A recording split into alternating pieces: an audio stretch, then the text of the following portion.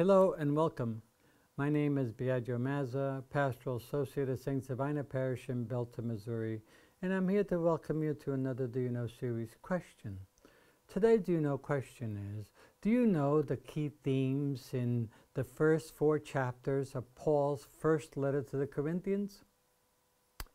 In Year A, lectionary Year A, once the Christmas season is over, we begin the season of ordinary time in winter, the numbered Sundays before the beginning of Lent.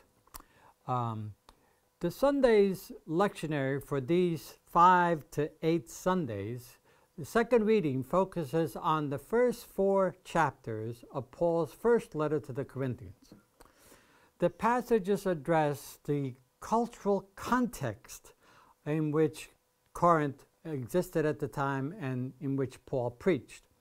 Paul founded the community in Corinth roughly around the year 50 to 51. Paul struggled, as they struggled to live according to the gospel value that Paul preached and exposed them to. And so to truly understand the readings, these first 4 chapters from the first letter to the Corinthians, it's important to understand the cultural context of the city of Corinth.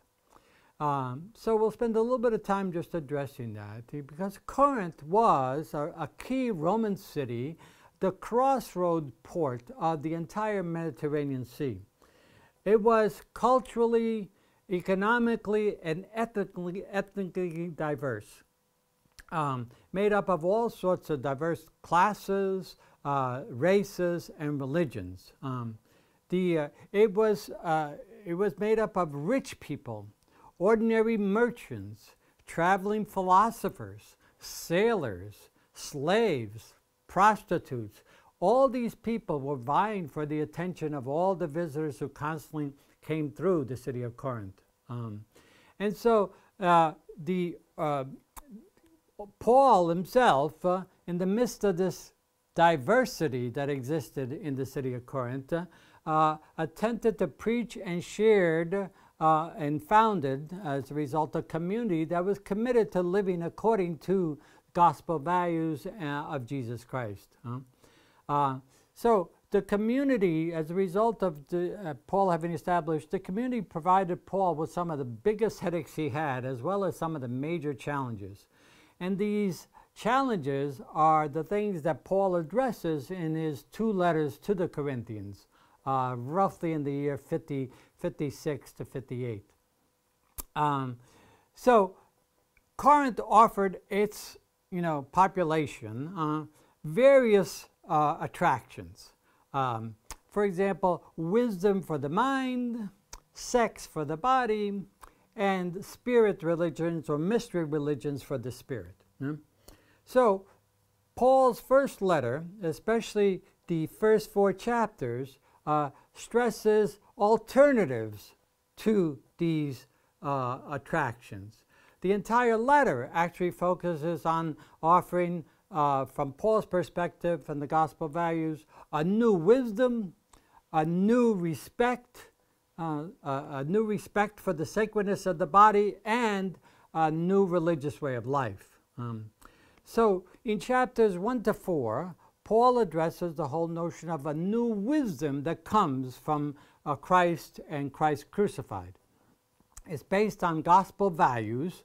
So after Paul's preaching, the community became divided. And they became divided over who was the more important in terms of the teacher that they had, the mentors that they had. They actually split into 4 groups, usually following the teaching of the 4 people that they came to value, namely Paul, Apollos, Peter, and Christ.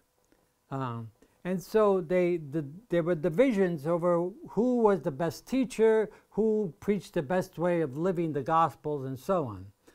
Paul responds vehemently with the whole notion that for the followers of Christ, there are to be no factions.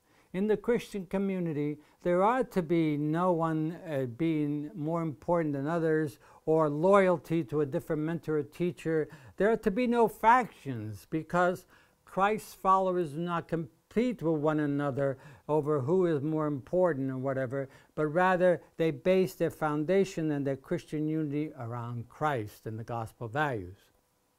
As a matter of fact, Paul turns the wisdom of the Corinthian community, the typical wisdom, that they had, upside down. In other words, he says, for the Corinthian community, wisdom, especially through Greek philosophy and so on, wisdom and knowledge gained by a particular teacher was the true path to God and the way one establishes a relationship to God.